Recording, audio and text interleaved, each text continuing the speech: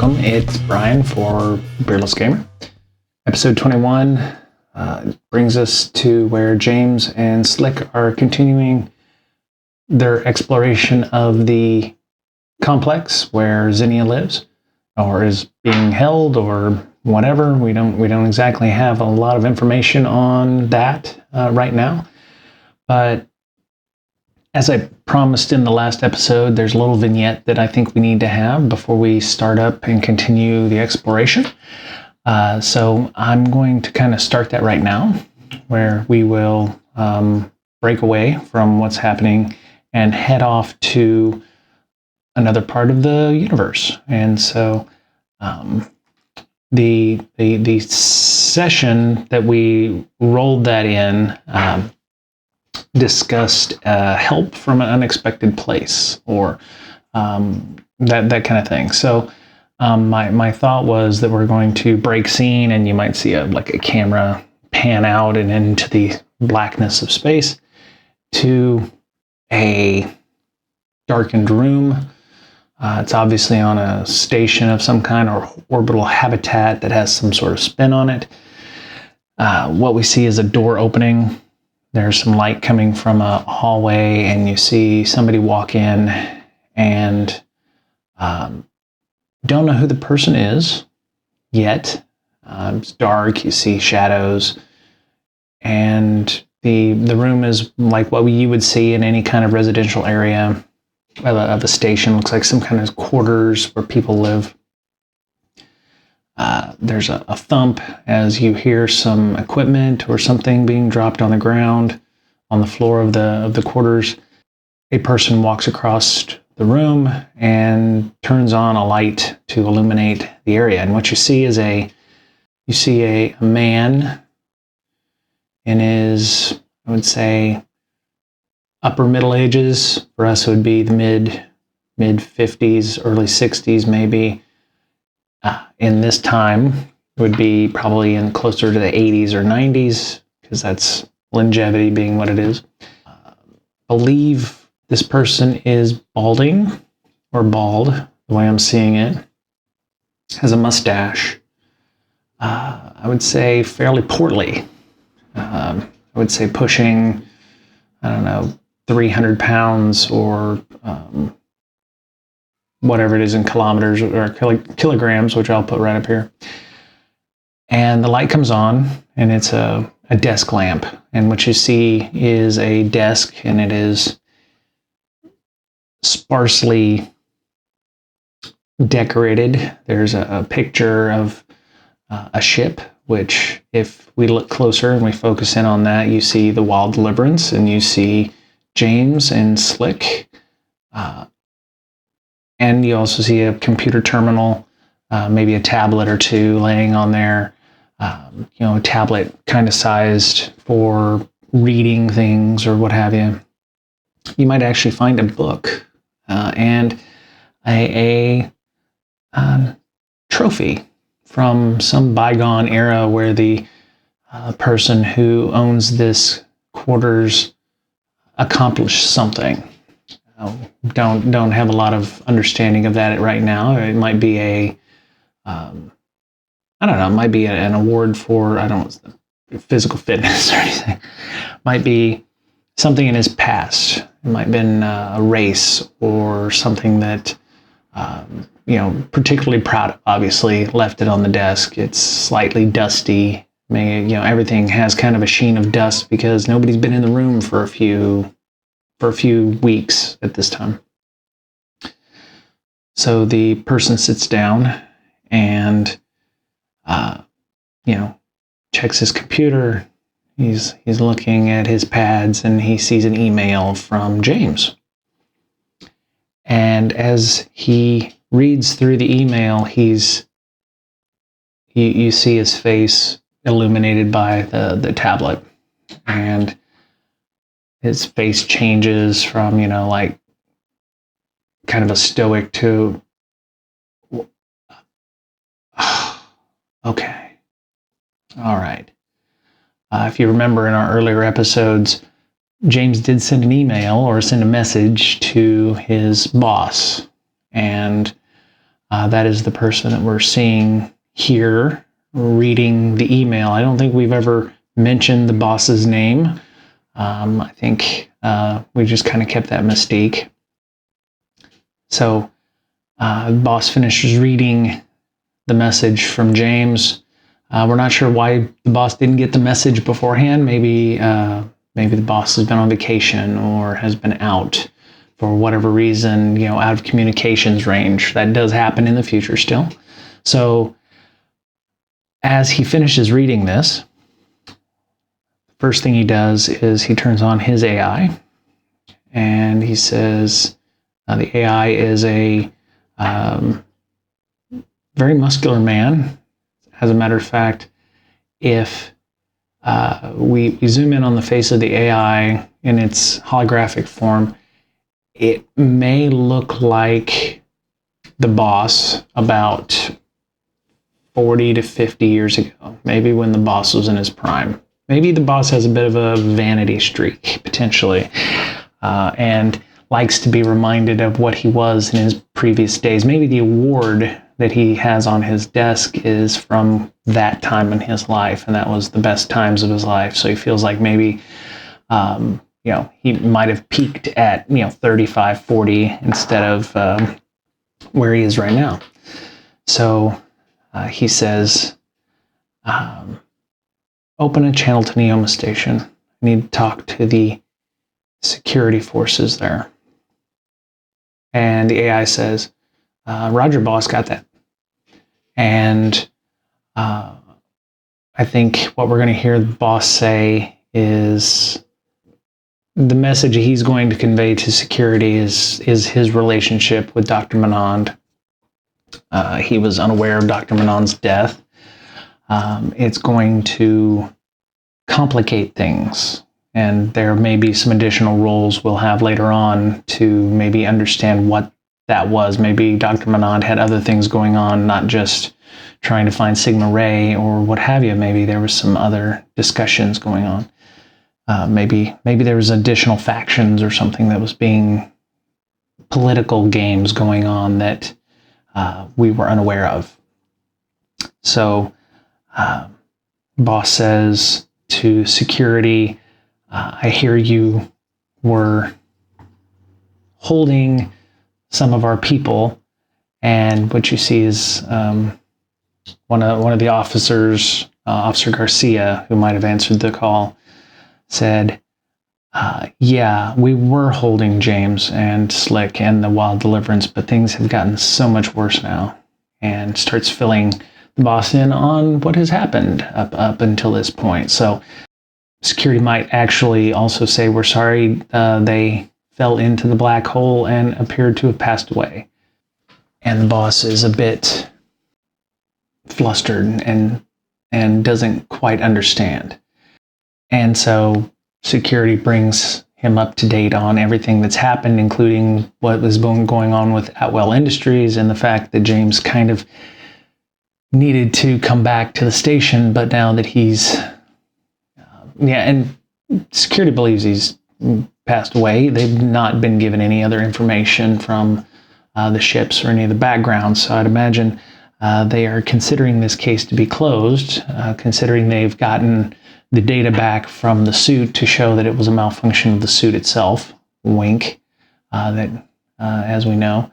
And so the boss spends another 10 minutes discussing and making sure that James and Slick's names are not tied to any kind of, anything left in the investigation, that everything has been buttoned up, that James and Slick won't have this on their permanent record as being something, to besmirch their honor or what have you. And he ends the call with the folks from Neoma Station, and the next thing he says is, he turns to his AI and he says, Kevin, warm up the Ridgeway. And Kevin says, it's still warm. We haven't turned it off. I mean, we just got back. And the boss says, yeah, we're going to go to we're going to go to Neoma Station. We're going to figure out what happened to James and Slick. And as he is picking up his backpack, which is what we heard ka-thunk on the floor, which was full of whatever it was that the boss was doing, he says, "And get me a secure communications to Atwell Industries on Kappa 2." And Kevin says, "Roger that, boss." And the boss says, I need to talk to, I think you know who I need to talk to. We'll do it that way. Okay, and so that's where we're going to end right now. We know that help is coming, or somebody's coming. In this case, that would be the boss. And we'll have to see what that does in the next few episodes here. So just keep that in the back of your minds when you're working that, and we will continue on with James and Slick at this point, exploring the complex where Zinnia lives, and maybe we'll figure out how to get through this. Anyway, on with the show. So James is looking through those and sees Dr. Osric and Slick. Obviously, nobody is tall enough to necessarily reach those. So James asks Zinnia if there's anything they can do to, make it so we can interact with these machines, or the consoles. And Zinnia says, I believe that I believe we can do something about that.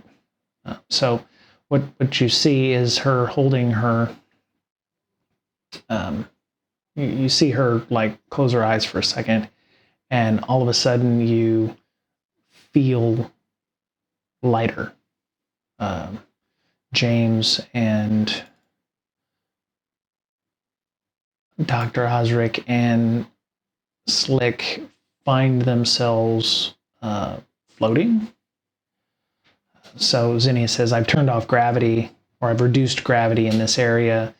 You should be able to reach the consoles as long as you're safe. I would not try flying around with this or doing anything out of the ordinary. But the air still works. It's just you don't weigh as much." So James and Slick are able to pull themselves up onto the console, or at least hold on to the console, and Dr. Osric and Slick take a look at some of the various readouts. James, I think, is going to continue searching the room, gathering some information in that case. So let's,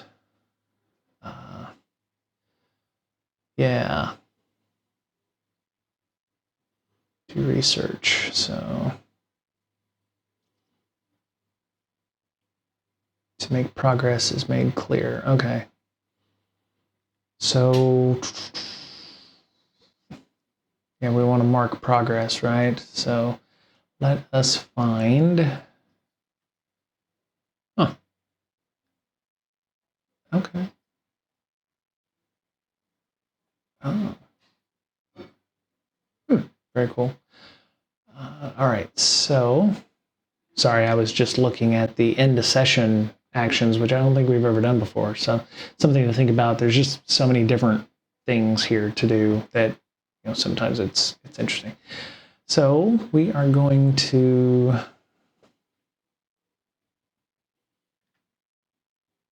make headway in your quest between combat move. No, we're not going to do that.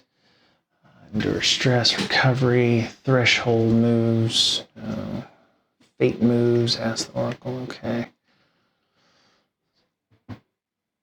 Let's see, exploration moves, score waypoint, confront chaos, forge a bond.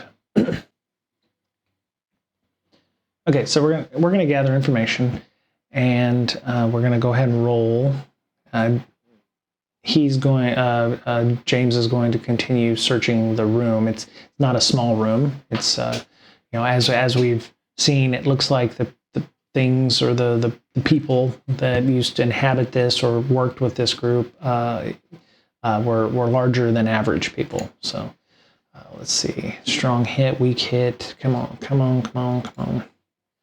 Let me. 2, 6, and 7. Okay, so we miss because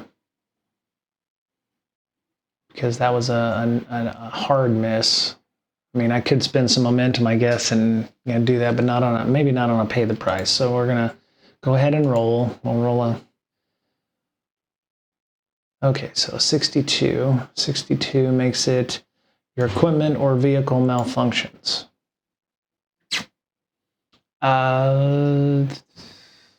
Okay. I would say, okay, so Dr. Osric has a tricorder that he is using.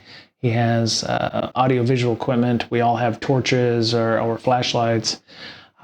What I think is going to happen is as James is walking around looking for things, all of a sudden there's a bang, and Dr. Osric is catapulted away from the console, and you see him hit the wall. I don't know if he takes any damage, but it would appear that his sensor equipment or whatever he was using, his tricorder, exploded. And James, from knowing how to spacewalk, because everybody's had to spacewalk at some time, propels himself over in a safe manner to where Dr. Osric is, not smashed against the wall, but he definitely flew back in a way that was uncontrolled. Checks Dr. Osric for injuries and asks him what happened. Dr. Osric says, well, I attempted to analyze the connections or to find a way to interface using the tricorder to see if we could, work those, try to translate or to try to read what's going on here. And there was some kind of feedback that caused my tricorder to explode. And so I tried to stop it, but it was too late. And I guess we'll have to figure out where we're going to get another one of those. Zinnia says, Zinnia shows concern. I think Zinnia had assumed that this was a safe area, and that was unexpected of the equipment. So Zinnia apologizes profusely and says, let me see if we can do something about the translation. And since Zinnia may or may not have full control here, I'm going to say that it's probably I would say a 40% chance that she can make any kind of change to this. Can she fix this? Can she make it readable for us?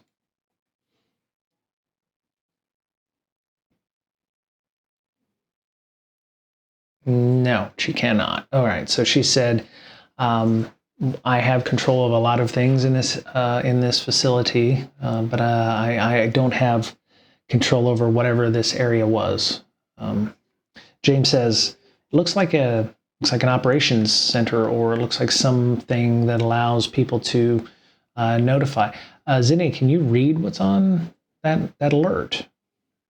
Zinnia says, I can read that. I can actually read that.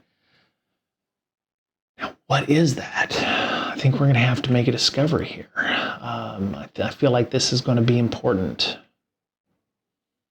I think this is going to be important concerning the prophecies and vision of the future. I think that's where we're going to find our vision or prophecies of the future. So she says that and James can see that it appears to repeat, right? And there's the values that appear to be either increments of time or a countdown or something is near the alert.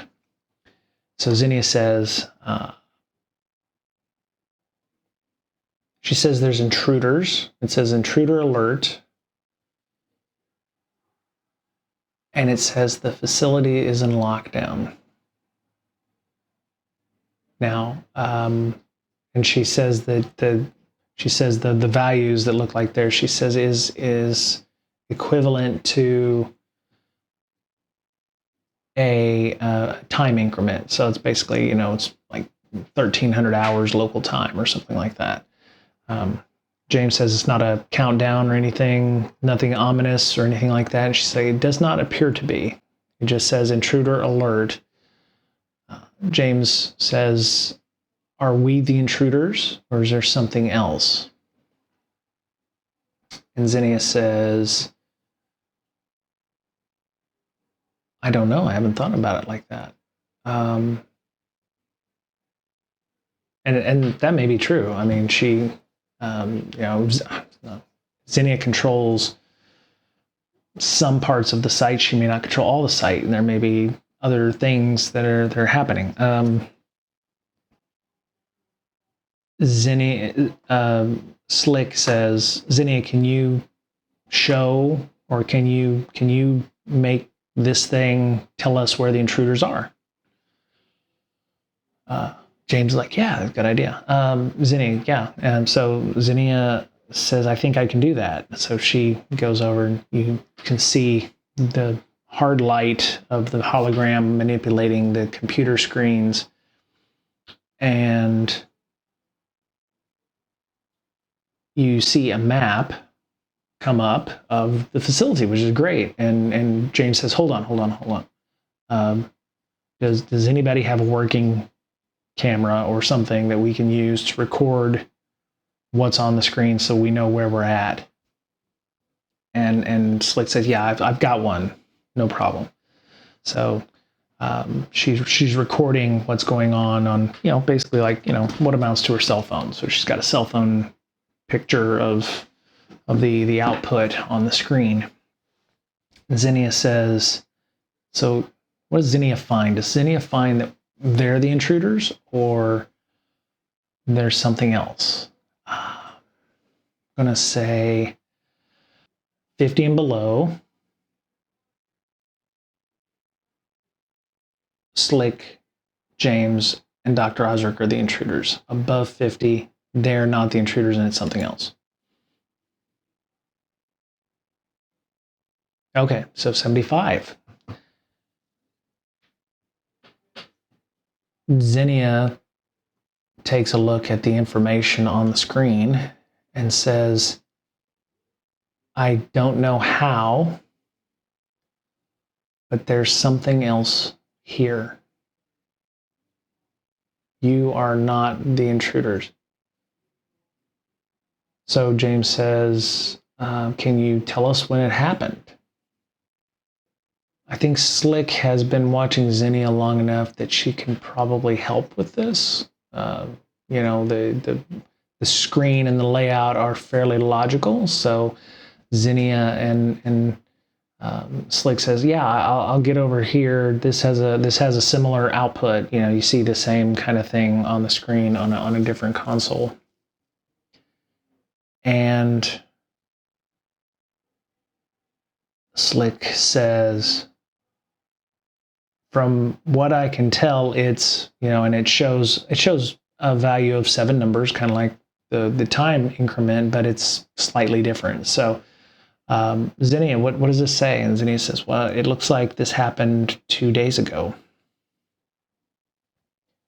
And James says, what were we doing 2 days ago? And Dr. Osric and Slick said, well, I think we were on the station trying to prepare ourselves for leaving for Jaffa 2. Not sure what happened or how that came about. So James says something happened. I just don't know what it is.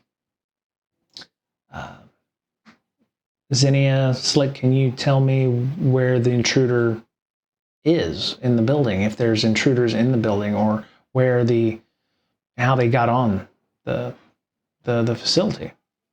And so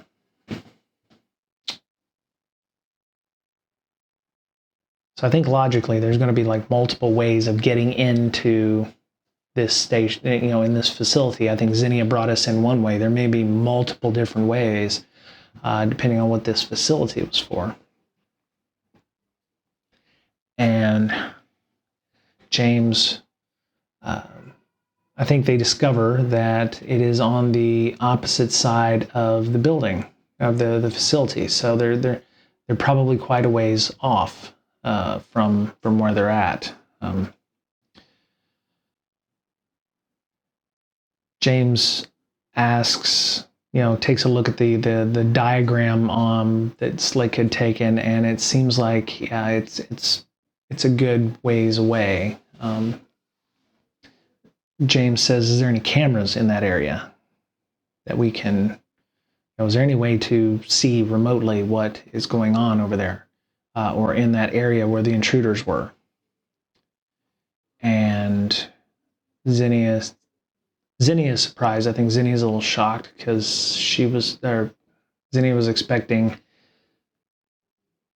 to not have this happen, right? So there is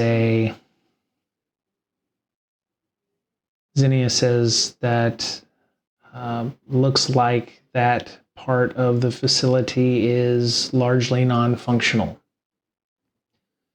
And James asks, is that by design? Was that because of what you told us of the history, or was there some sabotage? And Zinnia can't tell him. Zinnia doesn't have any information about what goes on in that area.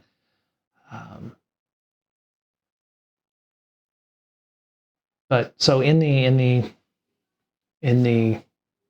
explosion of seeing Dr. Osric bounce against a wall and an exploding tricorder or measurement instrument, or maybe maybe Dr. Osric's cell phone exploded.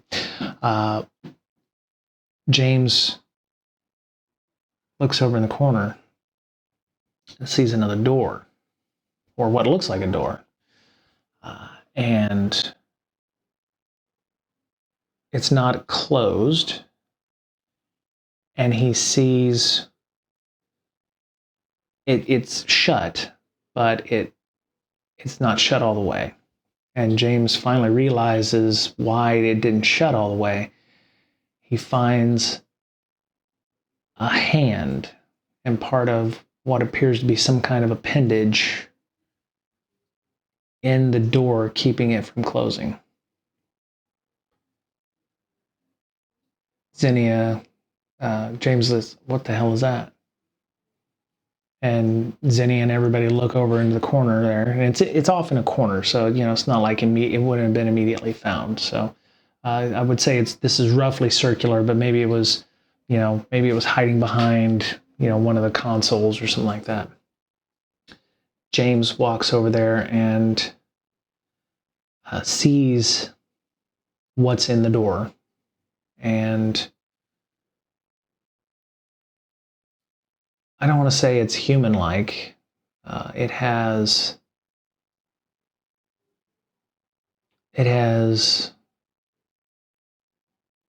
It's almost like a tentacle, I would say, but it ends in, I would say a tentacle, but it has like 8 fingers, very reminiscent of maybe like an octopus. There's some, obvious suction cups, kind of like an octopus on there. But it definitely looks like something had been moving around. But this thing is no longer moving. Because of the vacuum in the area, it's been perfectly preserved. And James, Dr. Osric, get over here and look at this. Dr. Osric is still a little groggy from being, blown against the wall, but comes over and he's like, this is extraordinary. This is definitely not a human thing, not a human being. This is the first evidence of extraterrestrial origin that we have.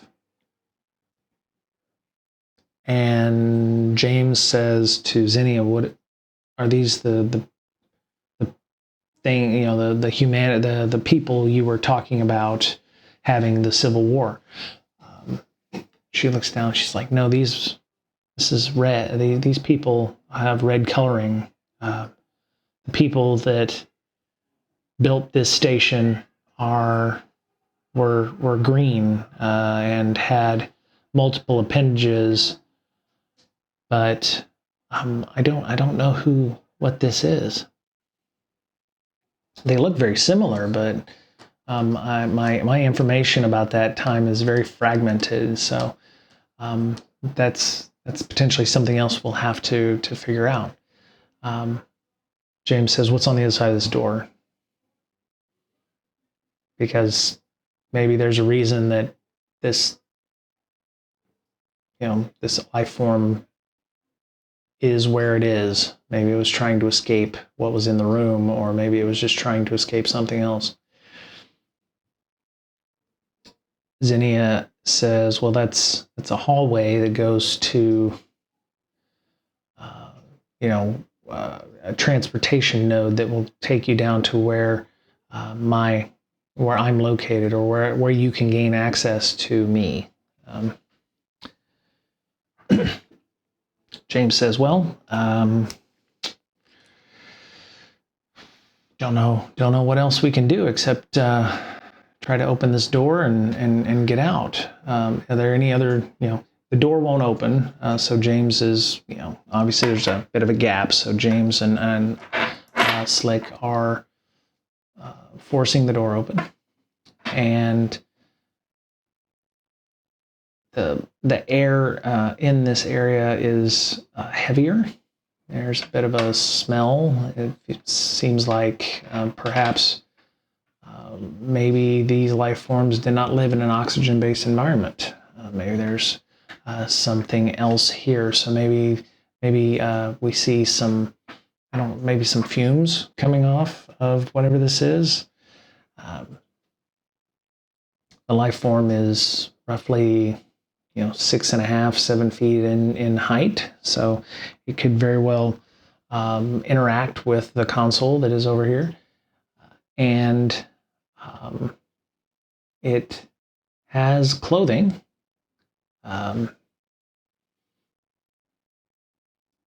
It has covering of its body parts and things. Dr. Osric goes over to attempt to look at it, and James says, "Probably shouldn't mess with this, doctor. We don't know what it's going to do. It could be poisonous. It could kill us still in some way. We should photograph this or record this for later analysis.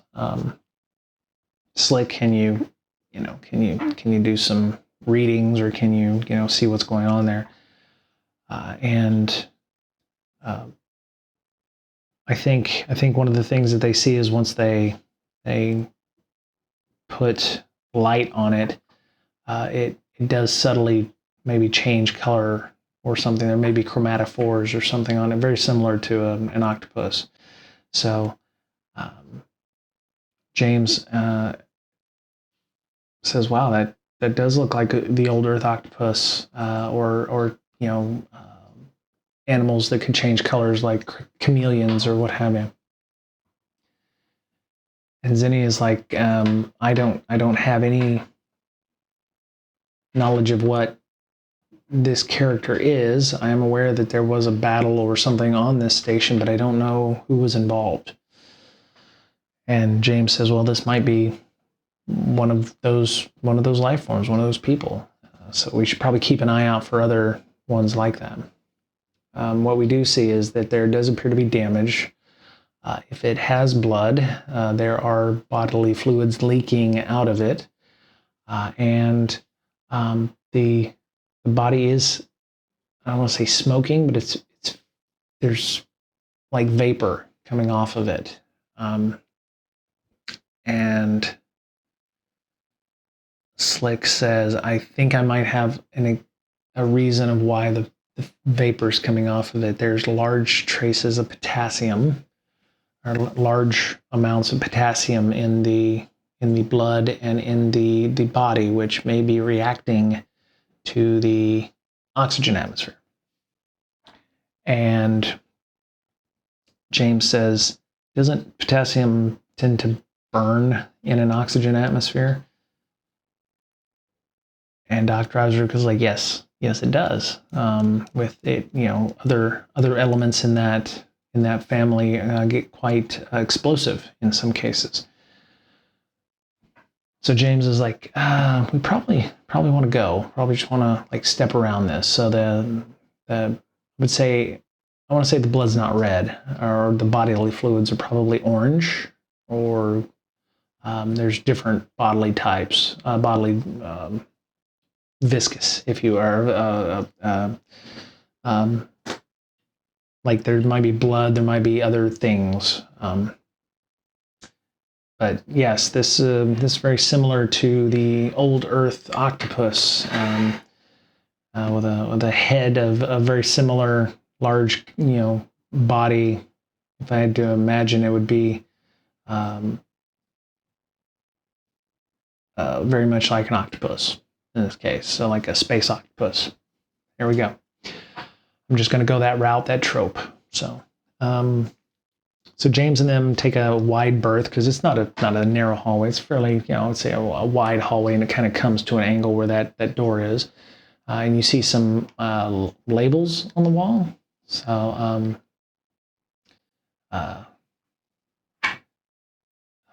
James asks Zinnia, what does this say? And she's like, it says Outpost Control 1. And James is like, what does that mean?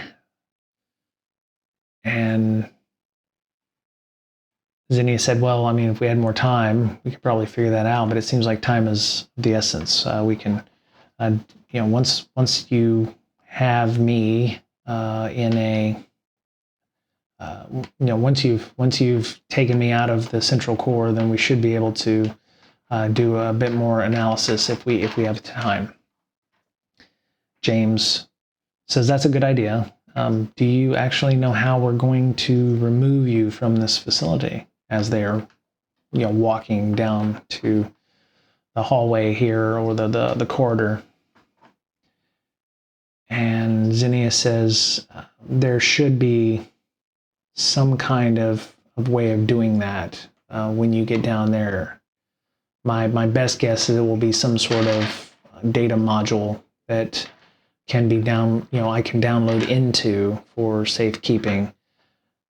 We'll have to figure out what that looks like.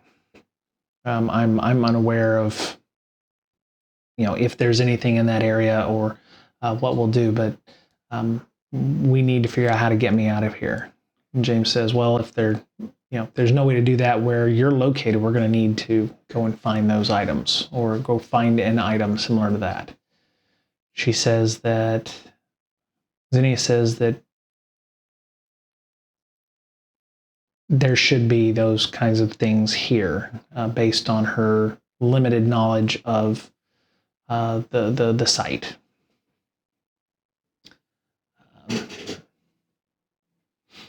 So James, Osric, and Slick make their way to what appears to be an elevator. It just looks like a simple lift. There's no door. There's actually a pole in the middle. So, you can see what appears to be magnetic levitation. So they get on, and James says, well, how do we operate this thing? And Zinnia says, hold on. I will see what I can do to activate it. Can she activate it? 50 or lower? Yes. 50 or higher? No. 50 or higher? No. 50 or higher? No. Okay, so Zinnia, everybody's on the platform. Zinnia sits there for about a minute.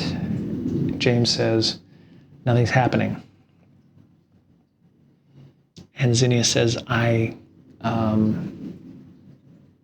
I don't seem to have access to this. This is odd. I should be able to control this, or I should be able to gain access to this. Slick.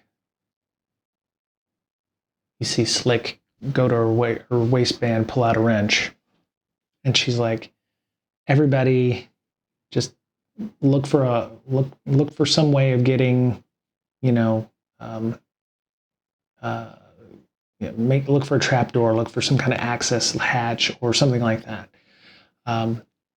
Meanwhile, James looks up and sees that I would say they go about another 30, 40 feet and find that it ends at a ceiling with nothing there. James says, "I don't see any more floors. We must be at the top floor." So Slick looks over on the wall and sees what appears to be, I don't want to say handprint, but it appears to be something. Slick says, "Zinnia, can you mimic anything?" And Zinnia says, "Yes, I can." And she's like, "Well, how did the space octopus get here? It feels like they must have been able to activate the lift." Zinnia says, yeah, that makes sense. Could you mimic the hand print of the space octopus in the hallway?" Zinnia says, "I think we can definitely give it a try." So you see Zinnia, she doesn't run. She kind of bips over to where the space octopus is. You see her, Zinnia lift up the appendage of the space octopus and touch hands. And then you see her hand, is no longer a human looking hand. It's kind of like an appendage thing with 7 fingers or whatever. And you see her bip, and so she's touches the panel or touches the wall, and all of a sudden the lift moves. The elevator starts moving, and she's like, "I never would have thought of doing that." And so the lift, the elevator is moving. It is a hallway. It's a shaft. It's probably about, I would say, 10 foot by 10 foot, 3 meters by 3 meters square, going down, and it's moving at a decent enough clip. The gravity in this area is set to back to normal. It isn't as it was in the control room. Okay, that was it for this episode. Hope you've enjoyed the session I just had. We found a few interesting things.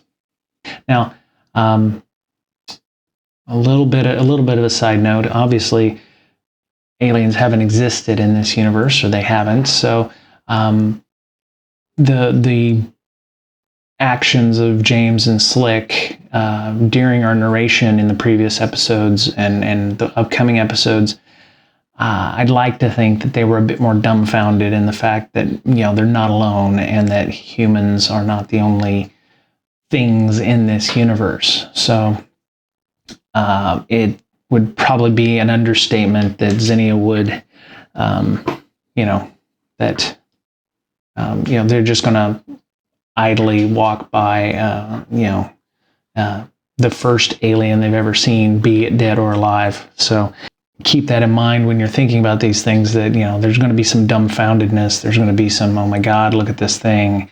For brevity purposes, I should not have probably glossed over that, but yeah, I could have done a better job of doing that narration. So anyway, and I hope that everyone has a good rest of their day, rest of their week, and take care of yourselves, because as I'm always fond of saying, you're the only you have. Okay? All right, talk soon. Thank you again.